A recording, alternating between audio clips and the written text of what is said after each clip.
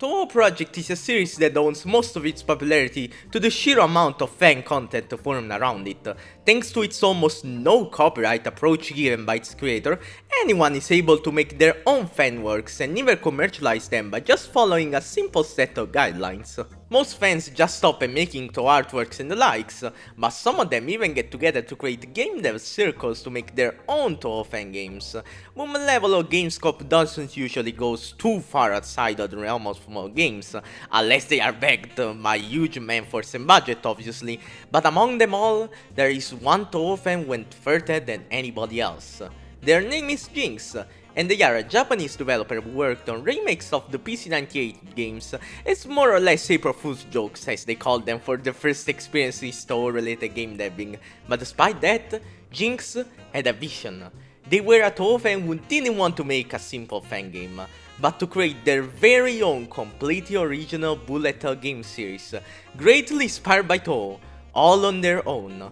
And so, in 2013, we saw the birth of what soon became the most famous Touhou derivative series, the Len'en project.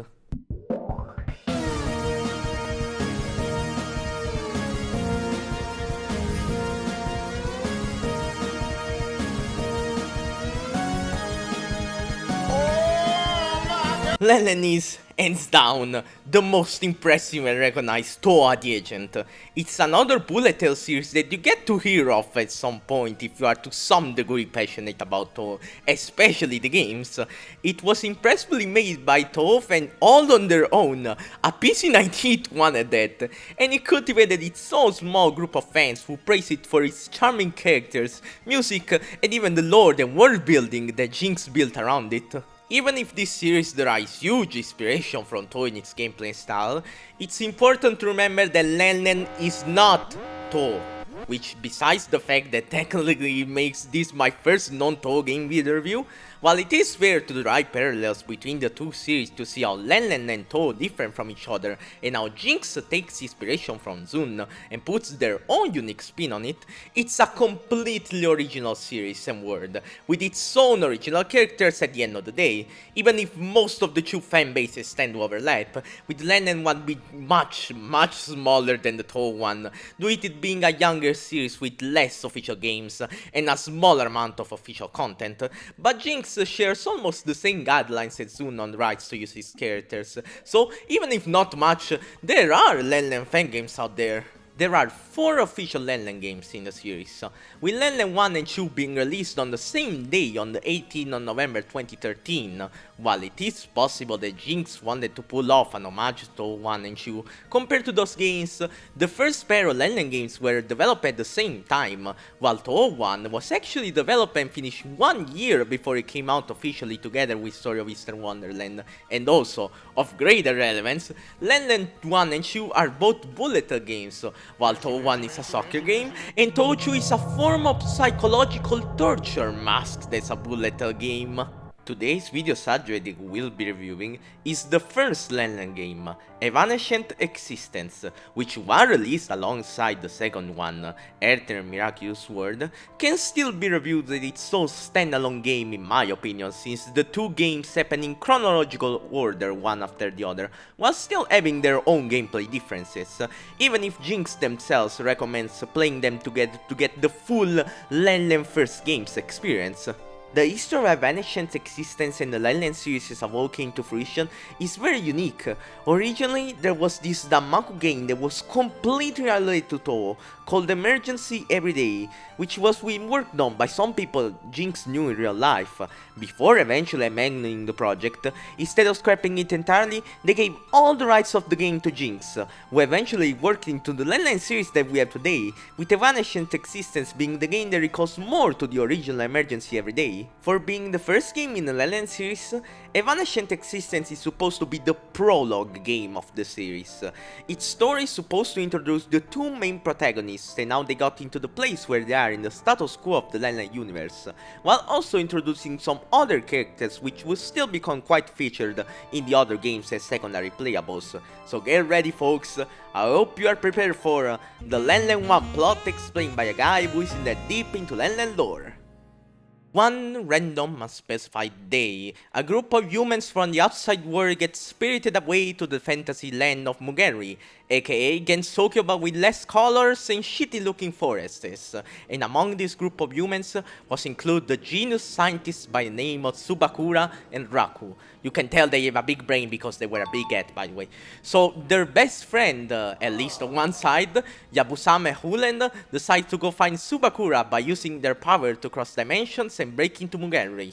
They start the rescue journey by entering this mysterious cave that has been manifesting some weird pocket dimensions inside it, and meets some of their acquaintances from the outside world who were spirited away together with Tsubakura, and have now gained newly awakened magical powers as a consequence, like this Naruto fanboy by the name of Kuroebi, and subsequently this water-themed soy boy by the name of Aoji Shitodo, who tell Yabusame that they have encountered Tsubakura, who challenge him to a fight to see who was the strongest, and telling him things to the likes of if you reach the deepest part of the cave you can win the Mr. Beast challenge and get rich without the IRS knocking on your door. Yabusame even manages at some point to break into this matrix space located between the pocket dimensions, where he manages to finally find Tsubakura, who is acting weirdly and way too unserious for the usual self, and interrogates Yabusame on how they managed to break into the Matrix while looking suspiciously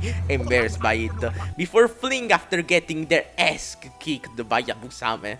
Yabusame continues to chase down Tsubakura as they reach the two pocket dimensions within the cave belonging to Aka and Kuroji Shitodo, who gain the power to control temperature and to flip over things respectively. Notice how they share the same surname as Aoji, as they are their older siblings, and you find them in separate stages because this ain't no goddamn PCB stage 4. Yabusame stage 6 reaches the top of this tower located in Kuroji pocket dimension, as they are about to enter the black sun in the sky above it, inside of which some strange shrine grounds can be seen.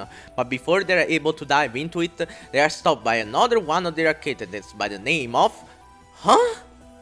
Okay, I am trusting you, Len'en, on this one. I am just calling him Klaus.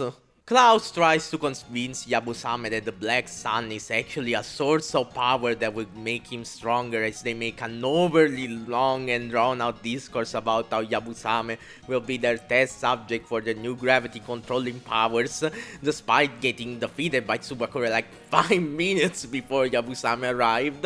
This dude is their literal species on the Len'en wiki listed off as annoyance, by the way. It doesn't take Tsubakura's 200 level IQ to understand what kind of person they are. Klaus finally gets to shut the fuck up, and Yabusame enters the Black Sun, directly moving on to the extra stage, where they find themselves flying over these mysterious shrine grounds. And after a short mid-boss encounter with Klaus again, do you really expect this kind of guy to give up? They get pulled near the border between Mugeri and the outside world, as they meet the real mastermind behind the events of the whole game, one of the absolute ghosts of the Len'en series, Tsurubami Senri, the not-so-sane dictator of Mugeri and the priest of the Senri shrine that Yabusame happened to just fly over, who reveals, to absolutely no one's surprise, that they were the one impersonating the weird-behaving Tsubakura all along, as they wanted to test each of the humans they themselves spirited away, to see who would be the perfect candidate to be the replacement as the priest of the Senri shrine and protector of Mugeri, while they were away on an unspecified trip to the outside world. Probably to Dubai, since that is where all the dictators go on vacation, even if, to be honest, I think that they just should admit that they are really into cosplaying and just wanted to imitate Tsubakura match drip. After challenging Yabusame to a fight, Tsurubami decides that in the end, both Yabusame and Tsubakura, who encountered and defeated Tsurubami right before Yabusame arrived, will be nominated as the new priests and protectors of Mugeri, and after all is said and done, you are now given the ability to pray from the perspective of Tsubakura, well, the fake one at least, except in the extra stage where you play as the actual real Subakura and experience their early encounter with Tsurubami. You can tell that it's the real one because they don't like the concept of smiling, and you even get to meet Yabusame during the stage 3, since we have to reference Touhou for Reimu and Mari's encounters. The agenda tells us that. So now the Yabusame and Subakura have been appointed as the protectors of the fantasy land of Mugenri, inhabited by yokais and humans alike. What daily adventures and crazy shenanigans will now experience in the new life? Well, you can play Len'en to find out. And that is basically all the story of Evanescent Existence. It's a simple, short and sweet prologue story that works well for the series start. While not explain Mugenri as a whole, that is what the second game story is for, it mainly focuses on the characters of Yabusame and Subakura, and someone as important as Tsurubami, and while not exactly giving info Yabusame and Subakura life in the outside world before they got a spirited away to Mugenri, we get a bit of an idea of it by the interaction with their other acquaintances that got spirited away to Mugenri too. I think that it's pretty cool and nice breath of fresh air to see these characters who are mostly on somewhat friendly terms acting with more confidentiality among one another, compared to the Touhou games, which most of the story is based on characters meeting each other for the first time. And now, with the story out of the way, we can finally move on to talk about the sweet Len'en 1 gameplay. All of the Len'en games play like standard shoot 'em ups, just like the Touhou ones, so if you played one, you know what to do and how to play the other for the most part, but it's not like that the gameplays are one-on-one identical. In fact, since Evanescent Existence is the only Len'en game that doesn't have a unique mechanic present in it, and since this is my first Len'en video, I feel like it's the perfect occasion to explain how Len'en differs mechanically and spice up the gameplay in it. Let's start off with the most trademark mechanic of the Len'en series, the Flash Bomb. This mechanic was not originally present at release in Evanescent Existence, but was added in a later update to make the game fall in line with all the Len'en games with it, since Jinx has sometimes the habit of updating their older games, compared to Jun, who only does it if it's absolutely necessary. On the side of the screen, you have this small meter that gets filled by grazing bullets. Once it's full, you can press the bomb button while unfocused to launch a so-called Flash Bomb, which is a really tiny bomb that clears bullets either around you or in a cross direction, depending if you are playing either Yabusame or Subakura. And this doesn't use any resources apart from the meter itself, and doesn't even negate the spell card bonuses after using it. Notice I said that you can only use this when you press the bomb button while unfocused. That is because in this game, you can only launch a bomb while you are focused. The same goes for death bombing, which in this game the window for death bombing is massive, like almost 08 levels of lenience. But the issue is that you can only death bomb if you get it while being focused prevents this from being baby's first shoot 'em up game. You better pray that you don't get it while moving around unfocused, since you cannot use a flash bomb as a death bomb after getting it. Just try to move around focused most of the time to always have a death bomb safe net in case you're on a risky patterns with a lot of bullets to keep track of. Filling the flash bomb meter ain't so easy either, not because it takes a lot of bullets to fill, on the contrary, but because the range for grazing in this game is so small that you have to basically give a goodnight kiss to the bullets to make it count, unless you get the right pattern of course. It becomes quite hard and risky going up to bullets to graze them in normal stages, especially if you are doing this while unfocused. There is also this weird gimmick between unfocused and focused mode, where you only pull points and power items toward you if you are focused.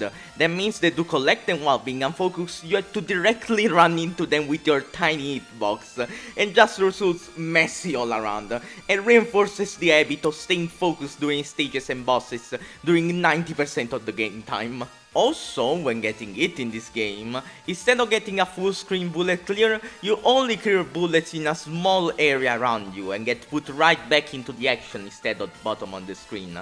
This can be tricky on some attacks, since you don't get a lot of invincibility time after the hit, and not understanding what got you can lead you to panic and get it another time if you don't reposition well during the invincibility window. In terms of general stage design, you got your fairies, you got your whatever the fuck these things are, and you got your like 3 or 4 ink monsters in the whole game.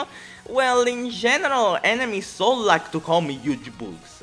This ain't that much of an issue if you are playing someone with good spread like Yabusame, but I don't know why Jinx really likes to pull the card on making them come from the bottom of the screen multiple times, which is not exactly the easiest to deal with most of the time.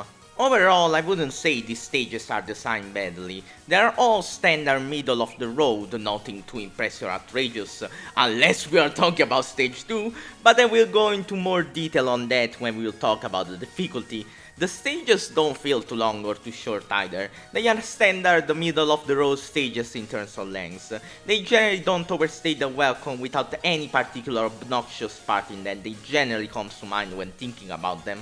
But now let's talk about the juicy part of the middle course, the bosses, and may I say, I really like them, especially Tsurubami, but let's go in order. In general, I say the Len'en bosses in this game feel more experimental with their Danmaku. Jinx decided to throw a bunch of ideas at each of them in most of their spell cards, so they feel way more technical and mechanic related than the standard spell cards you'll find in a Touhou game.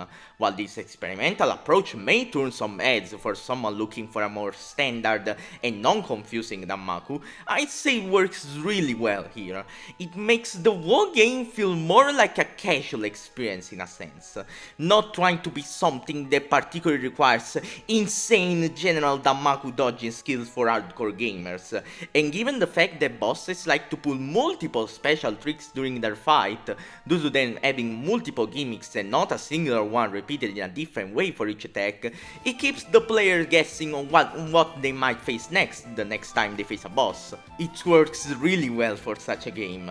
You got all sorts of actually fun and cool looking Danmaku that you wouldn't find in a more orthodox Touhou-inspired bullet hell game.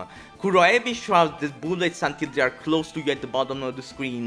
Yabusama can split the screen in 4 different rectangles to mess with your vision. Oaka can freeze and defrost bullets to create barriers and time them to kill you. Koriji can stop and flip which side of the screen's bullet travel to, since they are literally copying Seija. Both are stage 5 bosses who can flip over things and just came apart 4 months from one another, and both are contrarian to others in their personality, and Klaus is able to create gravity vortexes that attract and trap bullets before sending them in another directions, and these aren't even the only techniques each one of them manages to pull off during their fights.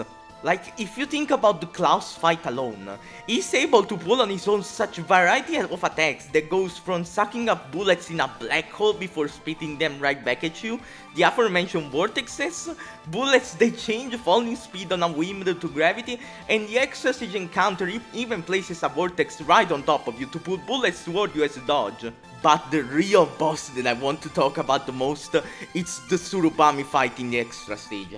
I fucking love this boss.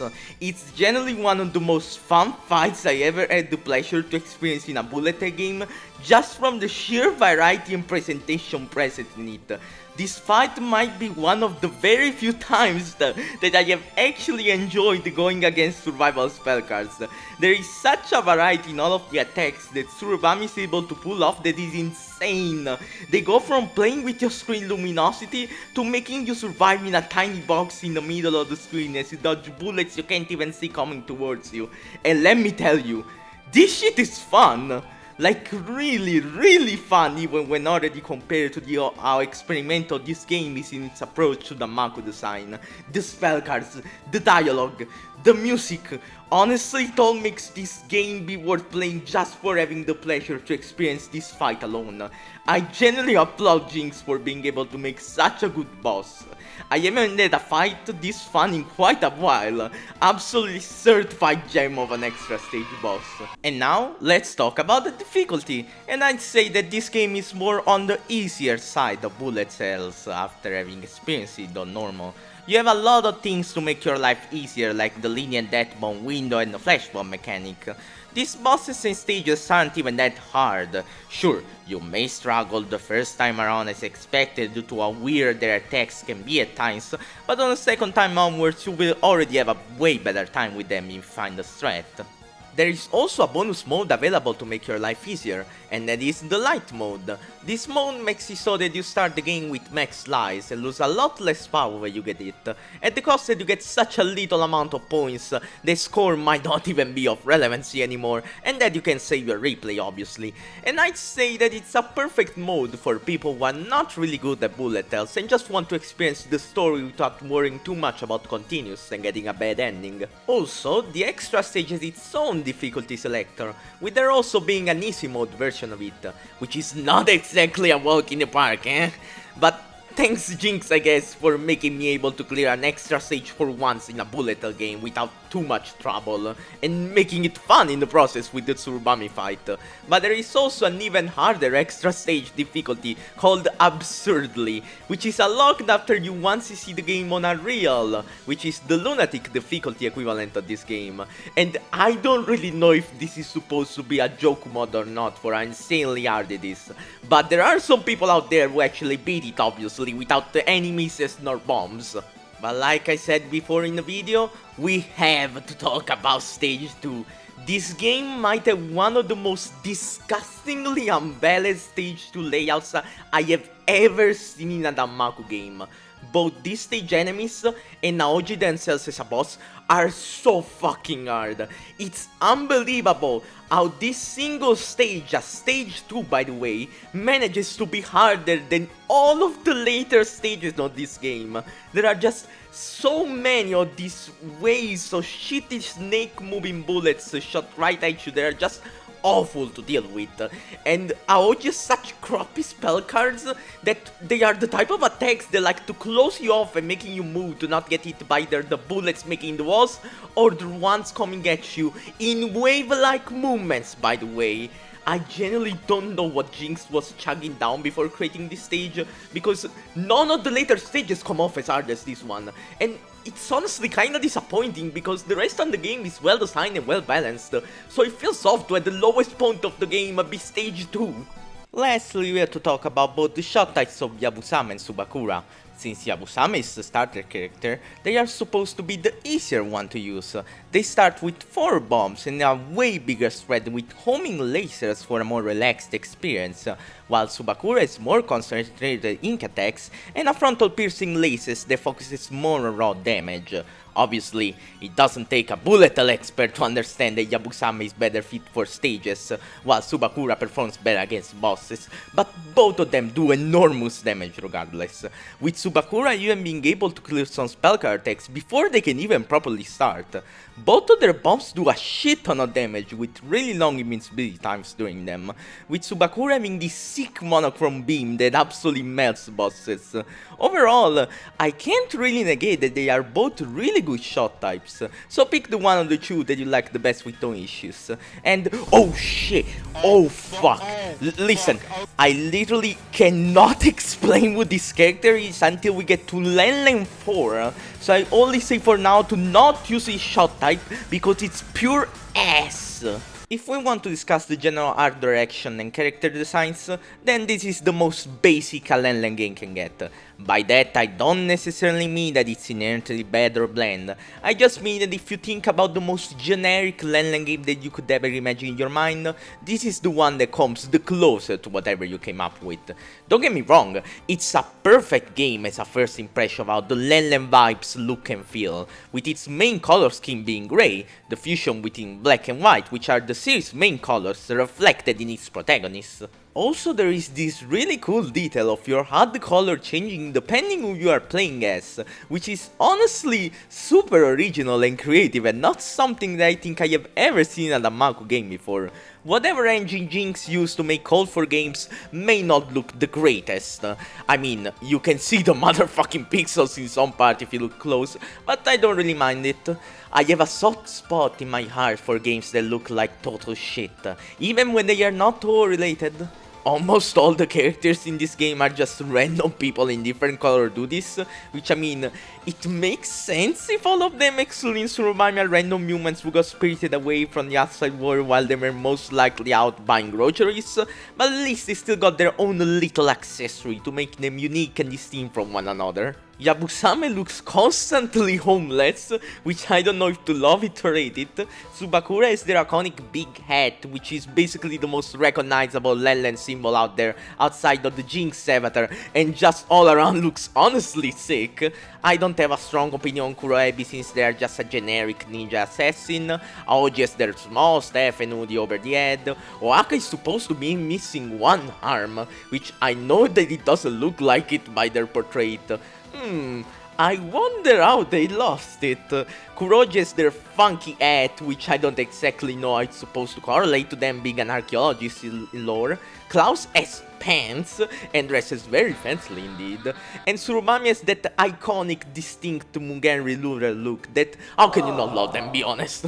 Obviously, your opinion on the designs also depends if you fuck with the Len'en art style or not. Jinx has always drawn like this, even from their earlier days, and I think that this had its own unique charm, just like the Zun made art, and it doesn't even look bad. The only thing that I can find kinda odd in Evanescent Existence are the eyes specifically. The eyes to face ratio is so weird that they end up taking like, I don't know, around 70% of the whole entire face, and I can't even tell if Tsurubami is supposed to have one lazy eye on purpose, or it's an error the Jinx made while drawing them. Personality-wise, the cast of Evanescent Existence is also pretty likable for the most part. Sure, you got some people like Kuroebu or Aoji who don't really speak to me in any way, even if our other Team Stage 2 boss with the power to control Whirlpools, whatever, that before.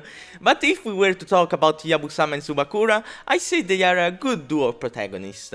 Even if in this game they don't interact with one another yet, we get an impression who they are as standalone people, with Yabusame being this happy-go-lucky, not exactly the brightest, earnest person who likes to be friendly with everyone, except Klaus, but that would be understandable if you were in their position.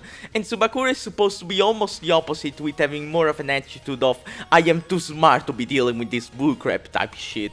Not coming off as annoying, but charming instead in their way of witty speaking. Obviously, these two aren't like the most original protagonist archetypes ever seen in a bullet hell game, but I still say that they are really likable, both as a duo in later games and as a standalone character shown off here. The other two characters that I really want to talk about are Klaus and Tsurubami. I know that it seems like I shat on Klaus throughout the rest of the video, but both them and Tsurubami are among some of my favorite Len'en characters. Even if I sadly have to wait until I make a Len'en 4 video to yap about my number one favorite Len'en character of them all. Klaus, in their overly long and drawn out discourses that never get to the point, feel overly funny, in a way. My YouTube videos under Len'en character form basically, while Tsurubami, other than having insane drip, talks in such a funny and joking way that makes them hard to not like, and they are roughly one of the most popular Len'en characters alongside the protagonists. We can start to close off this review with the music, and let me tell you, Len'en music is really fucking good, including the host of Evanescent Existence. In general, I'll say the Len'en character teams feel more like the 90% of the time they are representing the fight itself more than the character they are given to. Means that they pack a lot more heat in their rhythm than regular character teams that you might hear in Touhou. If I were to give one of the very few Touhou examples of a character team that really reminds me more of a regular fight team, I say Yugi's, but I mean, do you really think that you're giving Klaus of all people a sick epic final boss team, or Yabusame one almost too menacing for their own good really describes both of their character personalities? If Zun really likes to use the trumpet in his teams, then Jinx goes more for the piano. And let me tell you one thing, I don't know if Jinx is a music composer by nature just like Zun, but they definitely cooked the fine restaurant dish on some of the character fight teams here. My favorite one of them being Tsurubami's one, Eternal Dance Engine. I mean, just listen to that motherfucking piano in the beginning.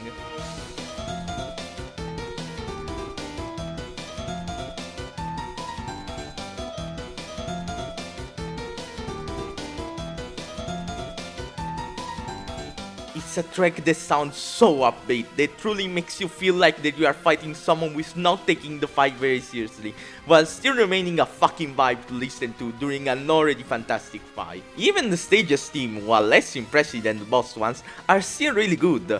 I really like the stage 1 and trios, especially stage 3. It has that funky electronic beat that makes it perfect to vibe to with the Matrix aspect of the stage.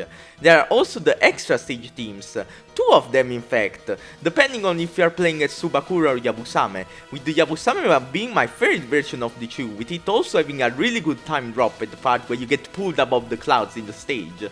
Overall, Len'en Evanescent Existence is a truly awesome game. Playing this and the other Len'en games for the occasion of making this video felt like a breath of fresh air for me, and made me appreciate the Len'en series just from the first game alone. If you are looking for a more casual Danmaku game to try out, be sure to give Evanescent Existence a shot. And if you want to get to know more about Len'en and the series in general, the Len'en Wiki is the best resource out there. It's really well made and has all the links for the games and their English patches, since the Len'en games are all free to download courtesy of Jinx. Oh, and there is also a really well made but kinda old video by Megapig that covers the first 2 Len'en games that I also recommend watching just in case. I don't exactly know the full extent of Jinx's game deck capabilities before making this game, but for being the first game of their completely original creation, it's really good, with a lot of innovative Danmaku, funny characters and nice music to vibe to while playing, so huge bravo to them! I had quite a lot of fun making this video, even if it was something not really Touhou related for once. So let me know if you guys enjoyed it and if you would like for me to also cover the other Len'en games, or to just shut the fuck up about Len'en and just put the Touhou in the bag. But until next time, stay safe everyone, and thanks for watching until the end. Take care!